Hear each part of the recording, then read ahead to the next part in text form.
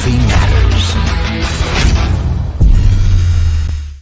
Hey, what's up, everybody? It is Jack. I am back with some more fun. I'm actually going to be going through some of the Rippaverse fan art stuff today. So I'm going to be taking a look at some of the fan art that's been out there that people have put out in all different types of platforms on Twitter, DeviantArt, and so on and so forth.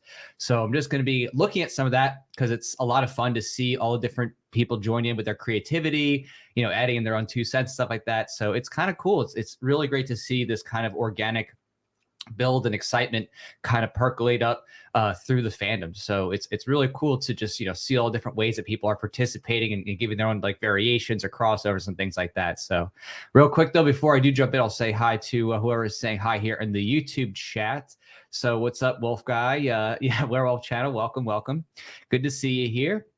It's going to be a good time this upcoming week. I'm excited again for the Yao Revolution event. So that's going to be really fun in the Gaylord Palms Hotel in Orlando. So if you're in the area or have been considering going to something like that, it's definitely worth checking out, even if you just go to the hotel just to hang out. It's a lot of fun. So there's going to be a lot of good people there, all different types of speakers, you know, Spiko and Zuby, Dave Smith, among others. So good times. All right. So I'm going to share, I'll just kick it off here with this artwork that I found here on Twitter. So I'm taking a look here again, for those of you just joining, we're looking at some of the Rippaverse art. So this is some of the fan art that's been out there, that's been put out there. And this one was just recent. It was really kind of interesting. So this artist, Vesper D, said that heroes don't always come from mega corporations. Some of them are unknown until they come out of nowhere and leave their mark. Check out Yaira at the Rippaverse, a non-woke business with incredible talent. And this person actually put together not only like a little like branding logo thing, they put the Rippaverse comics thing there, but they did kind of almost what feels like a 3D rendering of this character. It's really incredible, the detail. You can see the like high gloss. It's unique. So I think that's really impressive. Whoever is doing this, you know, they have some unique talents here. It really makes me almost wonder, is this a 3D model, you know, done in something like Blender or something, or Maya? Or is this just art that's made to almost look 3D because just the gloss on it?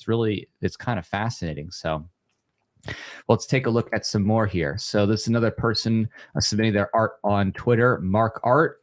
He says, Rippaverse, Yaira and Isam facing Dokuman. So expect more fan art indeed. So this one's a little bit more of a traditional art form. I'm just blowing this on up here. You can kind of see what's going on. So, thanks for saying hi, everybody here. Thanks, Nin, for coming in. And Wolf Guy here says, oh, so happy for all these anime creators sharing their art and their own stories. Very interesting. Yeah, I know. It's super cool, man. Like, I'm just so thrilled about this. You understand, for me, this is like, woo, like a big woo-ha moment, because getting to see people who are in the Liberty space be able to be successful as creators and generate so much interest that people want to do fan art, stuff like that, it's really inspiring. Like it really lifts me up and makes you feel good. So I just love seeing this stuff out there.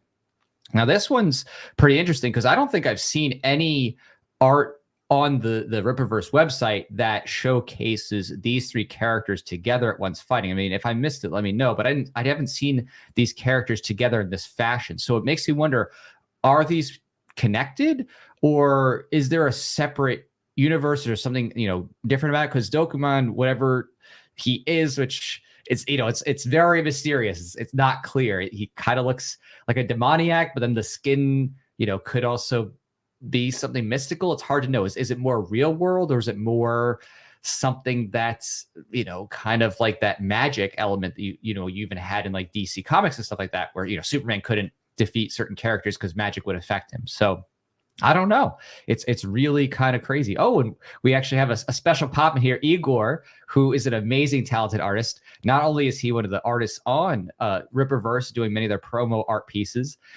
he's also been an artist on Voluntaryist. So I'm super thankful for his talents. Absolutely amazing guy.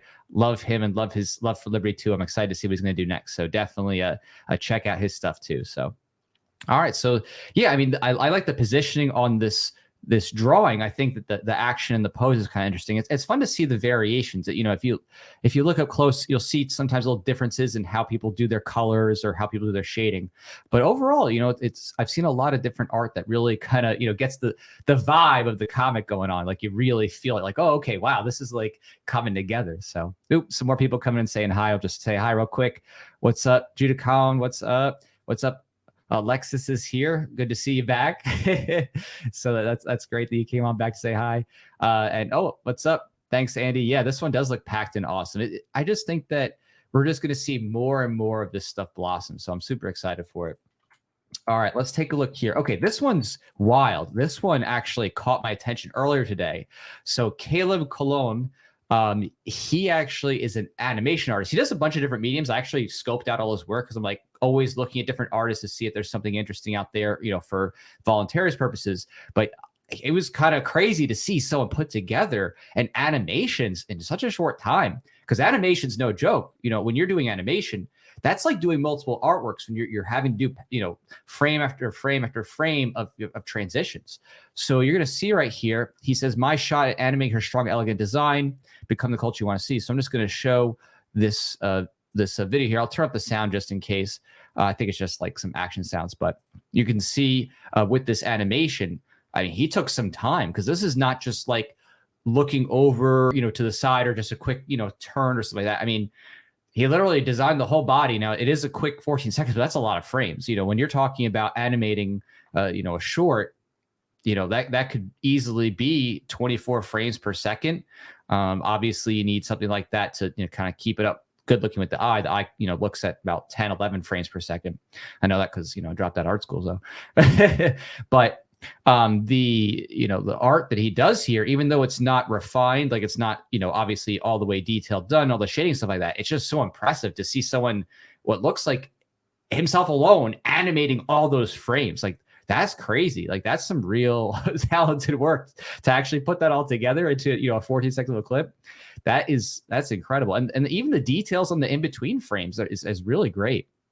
So again, to see animation already be a thing, that is crazy. You know what I mean? Like, that is wild to already see people doing animation. I mean, forget just like some pencil drawings or that. People are already doing animation.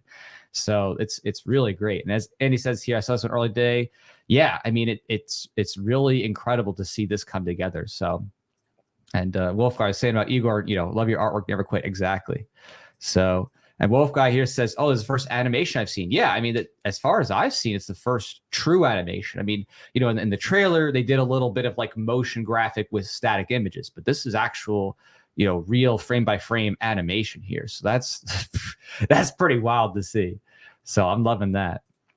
All right, let's take a look at what's next. So we got another fan art here. This is from Venom on Twitter. So this artwork, I would say, you know, again, different type of style, a little bit more elongated features, more dramatic chin line and nose line, but getting down, you know, overall the main characteristics and always the energy how people do is kind of, you know, curious, because some people will do something more swirly, some people do a little bit more like electrical, but again, a cool fan art to see actually, you know, come to life here. Ooh, this is some pretty interesting work here, because this has a bit more of an anime feel. So this is etc. on Twitter. We will win, he says. So we have both Yaira and Isam. So this is definitely a little bit more on the anime scale. You can definitely see with the eyes there. It's got, you know, kind of enlarged eyes, the nose a little bit more anime or manga style. But that, I mean, I think that's fun. I think it's fun to see, you know, different genres of your character. Yeah, it's just cool to be like, okay, what does it look like if they're in this kind of, you know, Americana style? What about like 80s style, you know, steampunk style? What if they, you know, were to anime or manga? I mean, that's always fun to see the different reimaginings of how something can look. So, and then here says it looks more like a Toon Girl. Yeah, I mean, definitely, you know, in that genre, definitely can be that genre. And then you have Isam here, you know, looking tough. And I think there's a pretty good rendition of his face, I would say, considering there was a couple different art styles that were used in the promo work. And I know that very well, because you'll see at the end, I have my own art piece here too. But there was definitely a few artists who were working on the posters, the comic, the promo art and stuff like Eeyore was doing different stuff. So each one brings to the table like a little bit of different flavor and nuance to like the facial structures. Some a little bit more aggressive on the chin, others give him a little bit more broader nose, that is, Esam's nose, a little bit more like youthful. And so I think it's going to be interesting when we get a little bit more of the canon art to see what his face ends up really being in the story. When we actually get the book and see what's the consistency in the drawings. Is Esam like a bit younger or is he a bit older looking? And I think that's a tough thing to draw too, because trying to get someone's age right when you're not, for a lot of art, it's like so common to have that 40-plus-year-old looking, kind of square jaw looking thing. But the younger you get, there's like a fine line where it becomes really hard to draw. Like trying to draw people in the late teens to early 20s. I've been working with artists for years. It is very hard to get an artist to do that right. And usually I'm there like, okay, let's erase this, cheek line or stuff like that, because the little bits of lines give them that bit of age. And he has a little bit here, but it's not so much that he looks like he's old. He doesn't look like, ragged. And some, iterations, it can look a little bit older, but I don't think he's meant to be in his late 40s or 50s or anything like that. So, all right, Deviant Art, we have another iteration here. So this art is done by Marcos Joelle. I think that may have actually been one of the people on Twitter too.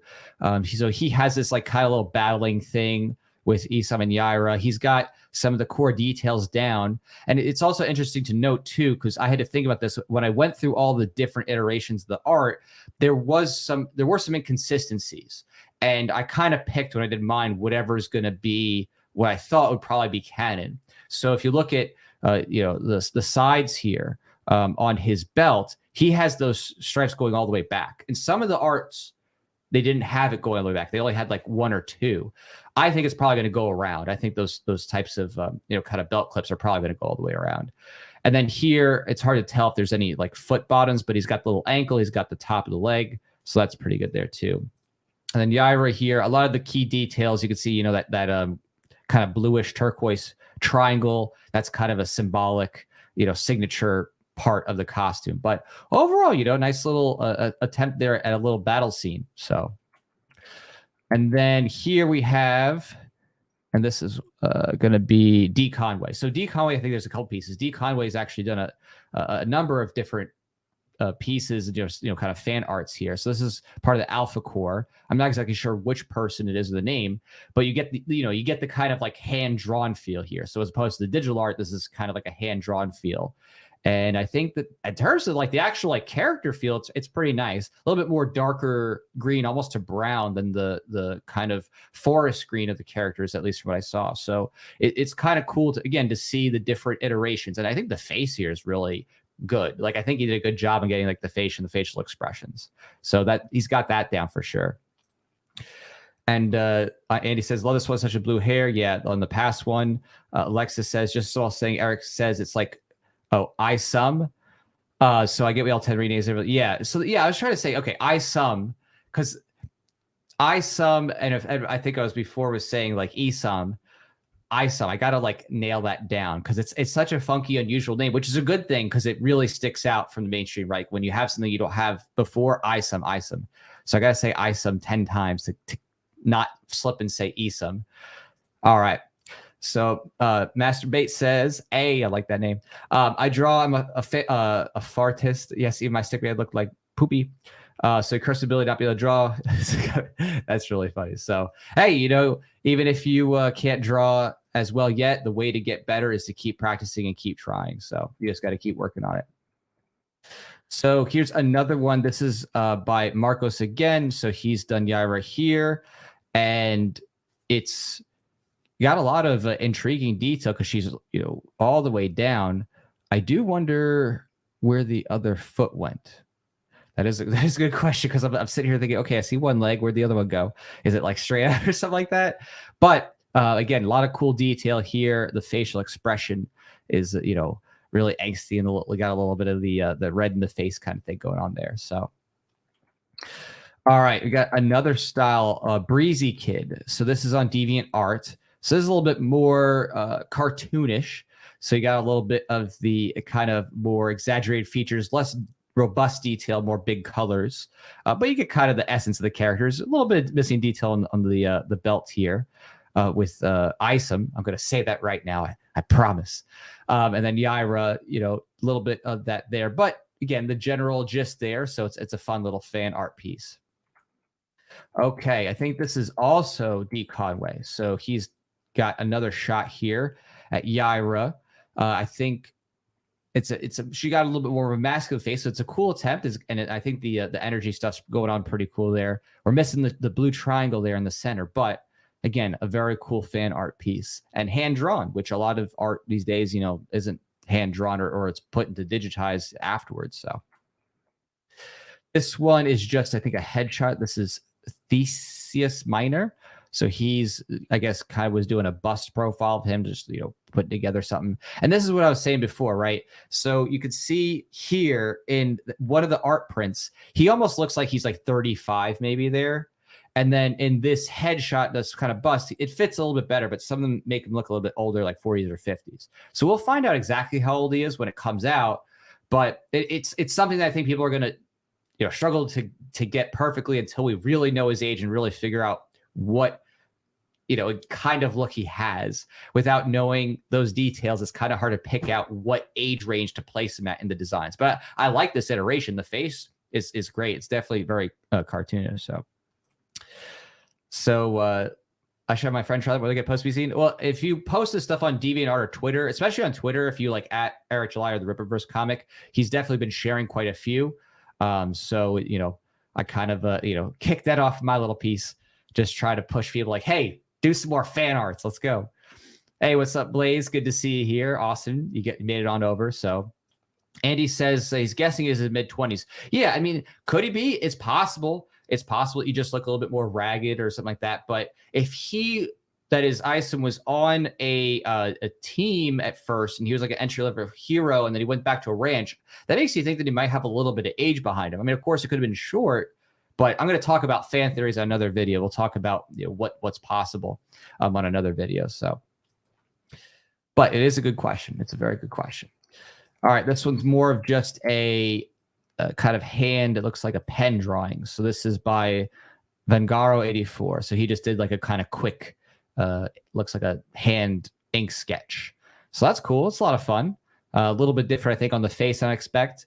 But you got some of the features. The cross, of course, people don't miss the cross, at least. That's kind of like a defining characteristic of his belt, is having that cross. Although even in the main art and the posters, the covers, stuff like that, there was some differentiations between them. Like one had a whiter cross, one had a kind of a darker cross. So I don't know which one's going to be canon. I don't know whether it's going to be the white or the dark blend on it that's going to be canon. So we got to wait and see what's in the comic and what's consistent.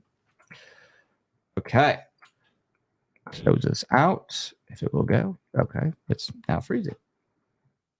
Oh, I see. I was in the wrong window. There we go. Okay. So this one is, again, by Marcos Joelle. So he's at another Yaira here. He's got a lot of the details down right. He's got definitely more of like a cutesy, youthful nose. I think the original drawing, the canon drawing, definitely has a little bit more of a womanly feel. I mean, she definitely looks like a woman, but she definitely looks more youthful here. But cool angles. I really do like the aggressive angle and like having the arm up. I think those are cool drawings to have, and they're tough to do. They're like doing that type of perspective is always a tough angle to draw. This is D. Conway again. So he did another hand-drawn pencil. This is what I was talking about too with the face part, right? When you have the face, if you add in a lot of lines, they're going to start looking like they're 50 or 40 instead of the 20s or 30s. So I don't know. Until we see the canon stuff consistently drawn, and they say exactly how old he is, it'll be tough to know. But this could be like a more mature Isom. We'll see. And he's got the cross there, not filled in, but a couple of the notches, not all the belt notches. So again, another cool hand drawing. This is another what looks like a pen work. So Vengaro. So he did another one here, another angle. A little bit more, I would say, with the frontal facial structure here, a little bit more in tune with the original character. A little bit, variation, I would say, on the boot stuff and those lines and the straps, but definitely a cool little fan art there. So, And then we have here another Marcos Joelle. So he's done another Yaira fan art. Yeah, it seems like he has really engaging angles with his work. So he's done a really good job of, you know, capturing her at tough to draw angles. Again, I'm always impressed by someone that can keep the proportions in a tough to draw angle. I'm not sure if these lines would be thickened up a little bit just to, you know, match it originally, but definitely has the vibe and the ambience, the blue end tails on the hair. Cool piece, absolutely. All right, and then a Dokuman. So yeah, we don't even see what his face is because we're still not sure exactly what he is. You know, is he magical? Is he mystical? Is he real? Are the powers from something natural? We don't know. But this one is drawn again by D. Conway, so he did his own series by, you know, hand, and it's got a little bit of different coloration here. We have more of like a pinkish red, so it's not exactly, at least for what I've seen, it's been a little more purplish, and I don't know, is that due to the lighting? Like, you know, sometimes a character is drawn with a different color because it's the lighting. Sometimes it's just skin color is actually the color. I don't know, but could be. We'll have to find out when we actually get it. We have to find out when we actually, you know, get the canon print in hand and verify these details. So, and then last in this public set that I have is on Reddit. Stephen Wayne did a fan art of Yaira, and this is more of like the as I guess you could say, animation style. So you have kind of what could look like something at a Justice League here. So you have, you know, in terms of the structure and that coloration, it's a lot more like flat colors than details on all the colors. So that, you know, that's kind of what distinguishes that animation style. Because again, they're trying to save money, right? When you're talking about making an animated film, like you're thinking DC, Marvel kind of stuff. A lot of that type of stuff is done with more flat colors, like big broad strokes, not as much as refined, like little nuanced details, so that they can animate more readily with the in-between artists who have the main panels and they do the motions in between. So it's a little bit more smooth, but it looks cool. I mean, this is very refined. This is a great, you know, animation style drawing here. And I think the proportions overall pretty good. I'm not sure about the head, but the hair is cool. There's no blue, so we don't see the blue. And there's no blue on the center of the triangle. So it's definitely its own unique iteration, but very cool to see. I mean, to see this like high level stuff, like, you know, a lot of people do just little ones off with, you know, hand drawing stuff like that. But when someone's like, oh, I'm going to like make a really high level art, that's really impressive. So, man. So just taking some quick questions here before I go to the last picture. Let's see here. It says, have you ever made a graphic novel? I have produced enough comics now to where it is a graphic novel. Actually, the comic that I have, Voluntaryist Origins, which is my Origins arc, we just finished that funding on Indiegogo successfully, well over 100%. And we are remastering the 6 issues into a trade paperback. So it'll be like a graphic novel. It's looking like 177 pages. So that's actually in the process right now. We're working on it. So it's a lot of fun. It'll be really cool. So, and then Andy says, good night. Oh, I guess that other guy left. So awesome. So the last thing I'll show here in this batch is the ISOM Voluntaryist art piece that I had done. So this is the ISOM Voluntaryist piece. So what I did is I did this little bit of a crossover between you know, my comic book series and his, just showing off the brand's little like showcase. So this up top is actually not the character's eyes. It's actually done of our eyes. So it's supposed to be Eric July and then me, Jack, up top there with our characters, you know, ISOM and Voluntaryist. So just do a little handshake thing. And I really tried to make sure to get the details here as close to what I thought would be the canon as possible. Now, I don't know. I could be wrong. But as far as, you know, I was concerned, I saw that he had the T shape. So ISOM has a T shape on his chest.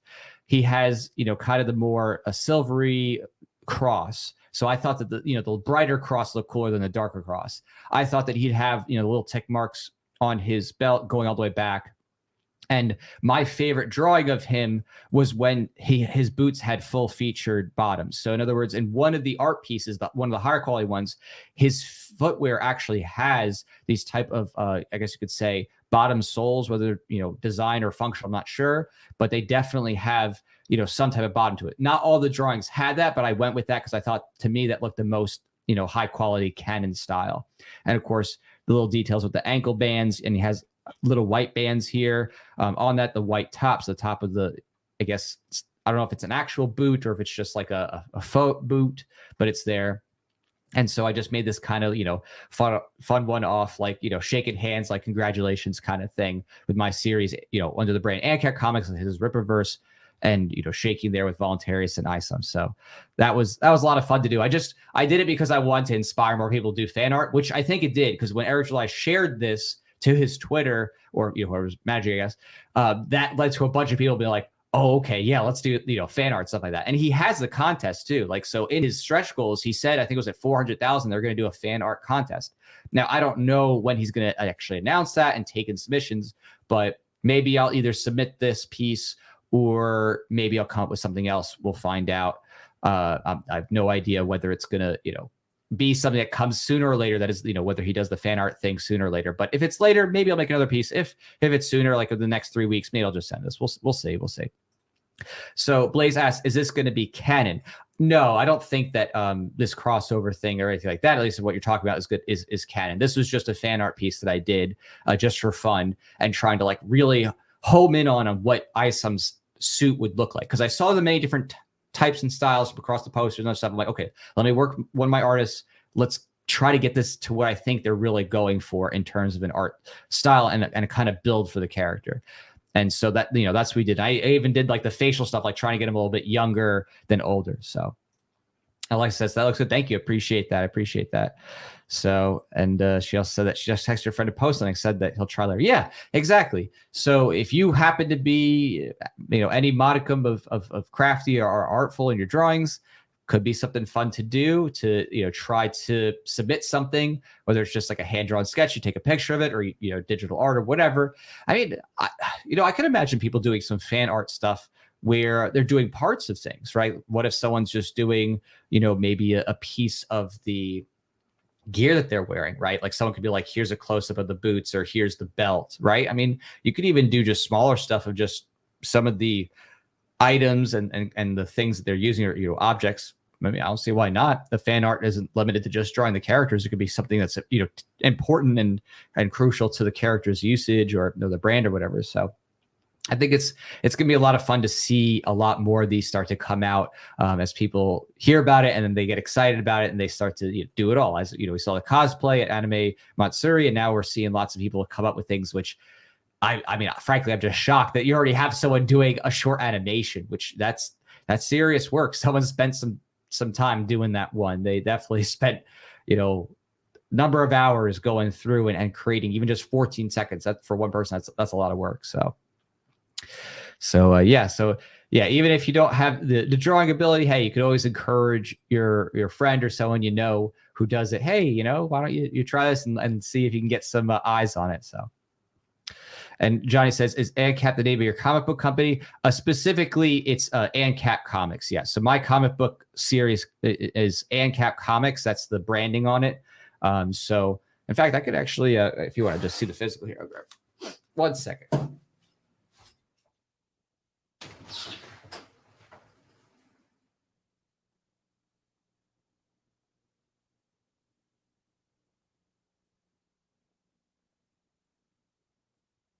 I'm coming.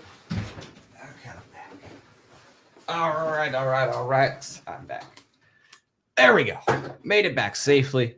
So if you want to see it more specifically, just so you can see it in action. So like on the bottom here, right, you can see ANCAP Comics. So Voluntaryist is the name of the comic book character of the series, and then ANCAP Comics is the specific label, just like when you have Rippaverse is the comic brand, but then the actual characters, for the series is of course ISOM. So it's the character, just like, Batman's part of DC Comics, Superman is part of DC Comics, and so on and so forth. Spider-Man's part of Marvel. We have the company name, and then you have the character or series name. So awesome. So thank you so much, everybody here, for hanging out with me and just having a little bit of fun. I thought it was fun to just kind of go over and check out all those different I guess you could say art styles and artworks, the fan arts of the Rippaverse. I think there's going to be a ton more coming out soon, and I'm trying to inspire that here. I'm hoping that people see this and then start to either themselves or someone they know, like, hey, give it a try. Put something down and tweet it at Eric, and get it shared, and then it's cool. You get some traction and some eyes on your artworks. It'd be awesome. So Blake says, I can write, I'm behind it, but I can't draw worth the dog with a sucky trace. Yeah, I mean, I don't do drawing typically. I do some graphic design, like I've done the logos and stuff like that. And I do some, certain adjustments. I do lettering, but I always work with a team. It's, you got to have a penciler, inker, colorist, and stuff like that. It's a big project. So. And Johnny says, I think we need a voluntarist monster. Honestly, it's no longer cool. Yeah, well, definitely. I mean, that's a big part of what I did with Voluntaryist specifically in the series was, creating a character that I wanted to see because I was just so tired of all the mainstream movies, Hollywood comics. Everything is just the government's great. You need to be saved by the FBI and the CIA. They're so awesome, and anyone otherwise is just bad or crony or corrupt, and business is evil, that kind of stuff. So I just got tired of it. So mine is a little different. Mine isn't, my series has, you could say, it's not like political in terms of preachy. It's not like, oh, here's what you need to believe. It's just, it has more political themes in it, and there's a big turning of its head on the mainstream narrative when you read it, where the government's not by default seen as this like amazing, great thing, and there's just like, oh, there's maybe some bad apples that need to be replaced, and it's all good, that kind of thing. It was even just making me think today. I was reading The Boys again, and one of the panels was talking about how like everything's just business. They're talking about the military industrial complex, and they're just saying that, oh, well, that's business when there's defense contractors buying providing weapons for the government. That's business, not cronyism or like the government working out these deals to bomb other countries. So that kind of stuff. The rhetoric, it just gets so old and so tiring, and I'm like, okay, it's time for something fresh. So that's it. So everybody's out here doing what they can to produce something new and different from the mainstream, whether it's just simply being non-woke and going back to more old school style writing, or they're saying, hey, I'm providing something different that you won't see in the mainstream, like nothing you've ever seen before. And that's what I'm doing. I'm doing the, hey, this doesn't exist. You don't see this anywhere else. Like you're not gonna see the style of writing and topics where you actually go through and you start to be like, okay, what if this is real and what if this is fake? I mean, just to give you a little sample here, just from one section, like when you open up my comic book, this is from the third issue of the Origins, and again, none of this is meant to be something that's just like preachy, thrown at you kind of thing. It ties to the characters, it ties to what it is that is in their backgrounds and what they're facing. But I bring in topics that make people question, like, okay, to what extent is this comic fantasy, and to what extent is this stuff real? And that's what I love doing, is putting in Easter eggs and making people like question, like, to what extent does this mirror things that are going on now and like what they didn't know about in history and stuff like that. So a lot of fun stuff like that. And Werewolf Guy says that Boys Amazon show went full woke. Yeah, I mean, well, if you knew that from if you watch the season 1, their background like talk thing, they like have some type of like, I don't know how you call it, but they do an interview with the show and the cast. And the producer, I think, in one of the last episodes of that is full on saying, yeah, I literally want gun control. And he says this to the camera, so it's not even like hidden. He's like, I want gun control, and that's why I wrote it in this way, to be like, yeah, all people who want guns and God, that's why they like Homelander. He's like literally saying, like, by the way, I wrote the boys this way to because I want guns grabbed. And then the guy who plays Butcher, whose name I just slipped my mind, he's a big gun control advocate. He's like, yeah, I wouldn't come to America with my kids. I thought about that because I don't want them to go through metal detectors to go to school. And it's like, dude, like, what are you even talking about? It's like most schools don't have metal detectors to go through, just maybe in like the worst cities and stuff like that. It's not like, oh, every school in America has metal detectors. I'm like, it's just this nonsensical thing that's propagandized to the world and the media, that every school, like every other week, someone's getting shot or something like that. And it's like, you're literally more likely to die as a student, in a bus or in a car than from a mass shooting at school. It's just total nonsense. But the propaganda, 24/7 from the mainstream gets foreigners to think that, oh yeah, if you go to America, you're just going to get shot. Like, it's so crazy. It's so nuts. And that type of stuff pervades even, the comic book world too, in terms of like the, gun control narratives and like making fun of stuff.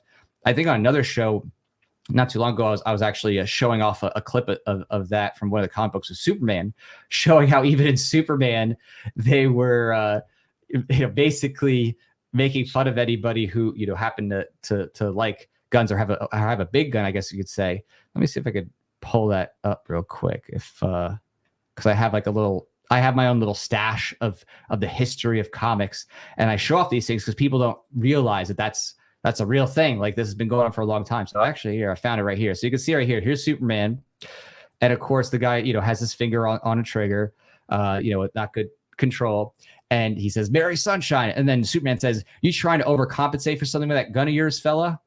So again, making a pee-pee joke with Superman. Meanwhile, he's like so super powered, he can do anything. But yeah, a guy having a gun is compensating. What? So it's like it's these little backhanded things that go on in comics that with kids they may not pick up on it as much, but it's definitely there subconsciously at a bare minimum, like getting them to think in a certain way.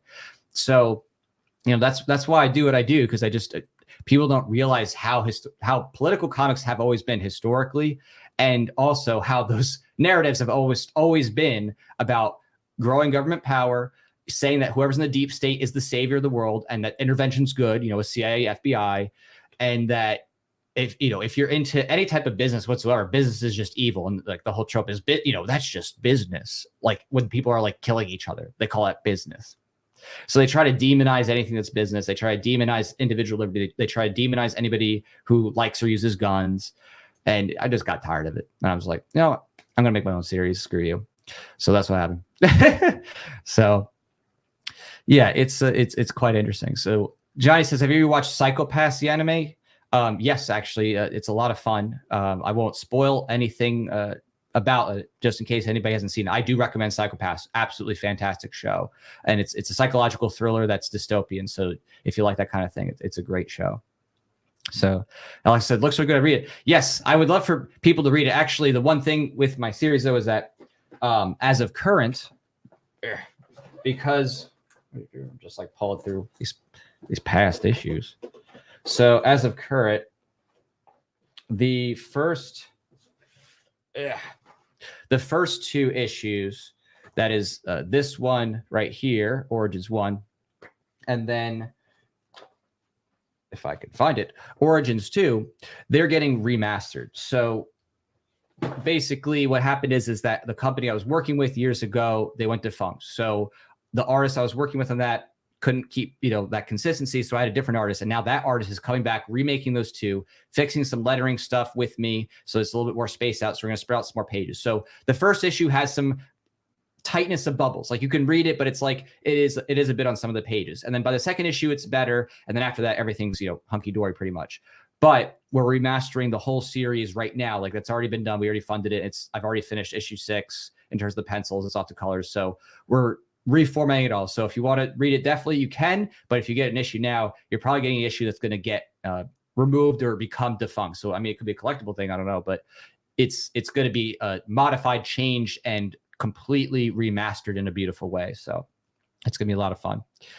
So it's yeah, that's something you learn, on the trail too. Whenever you're doing comic book work, you have stuff that comes up, and suddenly, either artist becomes unavailable, or something happens, and you have to deal with those things. It's very hard to keep just one person with you for years, and it's it's a trying process as a creator, is trying to keep good talent staying with you, because it's not even sometimes a money thing. It's just life happens to get picked up on another project, and they're full time in that, and they don't have time. So I try to keep stuff rolling with everything I do these days, and keep the artists happy and going, so that they're still with me, kind of thing. No problem. So, but yeah, it's a wild ride.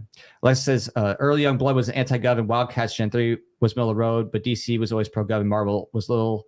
But yeah, I'd say political undertone. Yeah, I mean, for me, I can even pull this up. If you want to see like the history on those types of comics, it's pretty clear. I would say, going way back, I would say from its near inception, Superman has always been used as a war propaganda poster person, right? Superman, tons of series about fighting those Germans in World War II, and of course, tied in with his character, of course, he, obviously Americana, true justice, American way. That's his historical thing, is like he almost represented American values.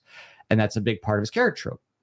So, in that way, Superman, I think he was a great character, obviously, very American nationalist that way.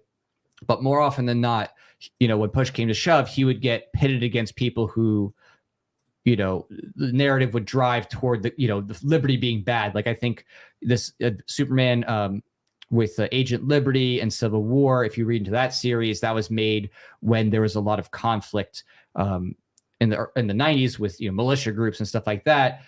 And so there was this like contention about trying to fight people who wanted liberty, because it was really big. You think like Ruby Ridge and stuff like that, Waco and whatnot.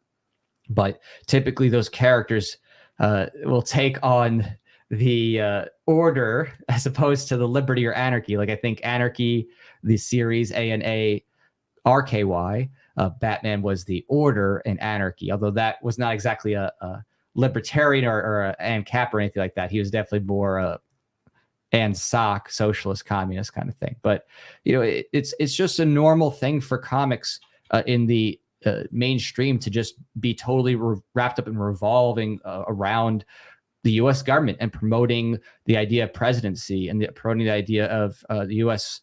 nation. I think, you can see here, like with this picture, this is the Justice League, the original Justice League, doing the Pledge of Allegiance. And, they put in little things about, I guess, what was hot button issue at the time was civil rights. You have a Wonder Woman saying, what that means, liberty and justice for all regardless of race, color, or religion, right? So the comics, back then were still political, and they had their own social issues that were being talked about at the time. In modern times, of course, they did all kinds of stuff, right? I mean, they had Spider-Man with the inaugural day special with Obama, but being with presidents, is not limited to modern times. Superman, of course, worked for President Kennedy, right? So there's a whole issue with that. And with Kennedy, he actually says this line that this really is telling. He says to Kennedy, he says, "I realized that, sir, I knew I wasn't risking my secret identity with you. After all, if I can't trust the president of the United States, who can I trust?" Right? So you have Superman giving in at the end of these comic panels that, oh, the president is the most trustworthy person. Literally, Superman, the icon of young men in America, like, the big, kind of hero, being like, yeah, the president's the best thing ever, right? They're so, important and, trustworthy. It's not new. I mean, you have stuff like that. You have Superman and Reagan, right? So Superman has definitely been with many presidents throughout the years, and talking or promoting up what is they're doing or protecting the president and things like that. So, it's definitely not new. I'm just glad to be able to stand against stuff like this. Like with AOC, yeah. That's a comic that I can definitely skip. That's a comic I can definitely skip. But definitely do not need that level of wokeness, DevSoc stuff in my comic book series. I'm good with that. So, but even more modern comics, some of the most common tropes that you see there in terms of people having manipulation about the nature of liberty and anarchy and other things like that, it comes often the form of the word anarchy being used, or you could say misused. So, for example, this is from Invincible, right? And the common trope there is if you use anarchy, that must mean chaos. So here in this panel, it says, if something isn't done soon, trillions of lives could be lost. The whole system could break apart into anarchy, right?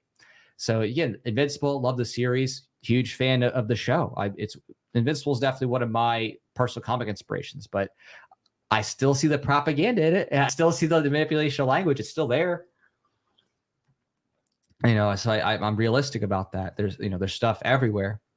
And that's not even just a problem for, you could say, modern times. Using anarchy as a substitute for chaos has actually been going on for a long time as a kind of like subliminal manipulation tool, language in the comics that you're forced to accept as you read through. It's never meaningfully, challenged in that way. So, like, for example, Luke Cage, here's a good one. Luke Cage in this panel is being spoken to by this man, and he says, "I believe in the law, Lucas. Without it, we'd have anarchy, chaos," right? So this is a very old comic series. This is Luke Cage here. But even there, they're still framing it as anarchy is chaos. So, it's something that is definitely not new. This kind of manipulation of words, or kind of the politicizing of comics with a passive tone, a passive way of communicating to the audience. It's definitely not new. It's just become much more on the face with modern comics, and we've just seen that grown to a point where now people are getting pretty tired of it, and now they're ready for stuff like the Rippaverse and Voluntaryist and Common America and Cyberfrog and all the other stuff that's exiting out of the with Comicsgate and the like. And people are saying no, like the new Batgirl, was it Batgirl, Batwoman? Now I just forgot it, like tongue tied here, but someone let me know it was Batgirl, Batwoman. I think it was Batgirl, where they had to nix that film because the audience testing on it was so abysmally bad. Like when they tested the film, the ratings from the testing groups was like abysmally bad. Like, okay, but we got to can this $70 million down the drain. So yeah. Yeah, like it says, AOC special power, QC people want to do, absolutely, including Alex Stein after that. So yeah, the AOC as a comic, yeah, exactly. So yeah, there's so many different things out there that people just don't know. They don't know how deeply entrenched it is. But we're doing our part to wake people up, provide the alternative, and inspire the next generation. So. All right, buddy, I'm going to wrap things up here, but thanks for hanging out with me and going over some of that Rippaverse fan art and talk a little bit about comics and history. It's a lot of fun. I'm excited to see y'all next time. I'm not sure when I'll stream again, if it's going to be this or next week, because we're going to that Yao Rev event in Orlando, so we're going to be booked up with that. Maybe I'll show a little video there of us hanging out and doing some fun stuff, but we'll have a good time and catch up about that when we get back. And until then, I'll talk to y'all later. So thanks, everybody. See you later. Zero State with Jack Lloyd, where philosophy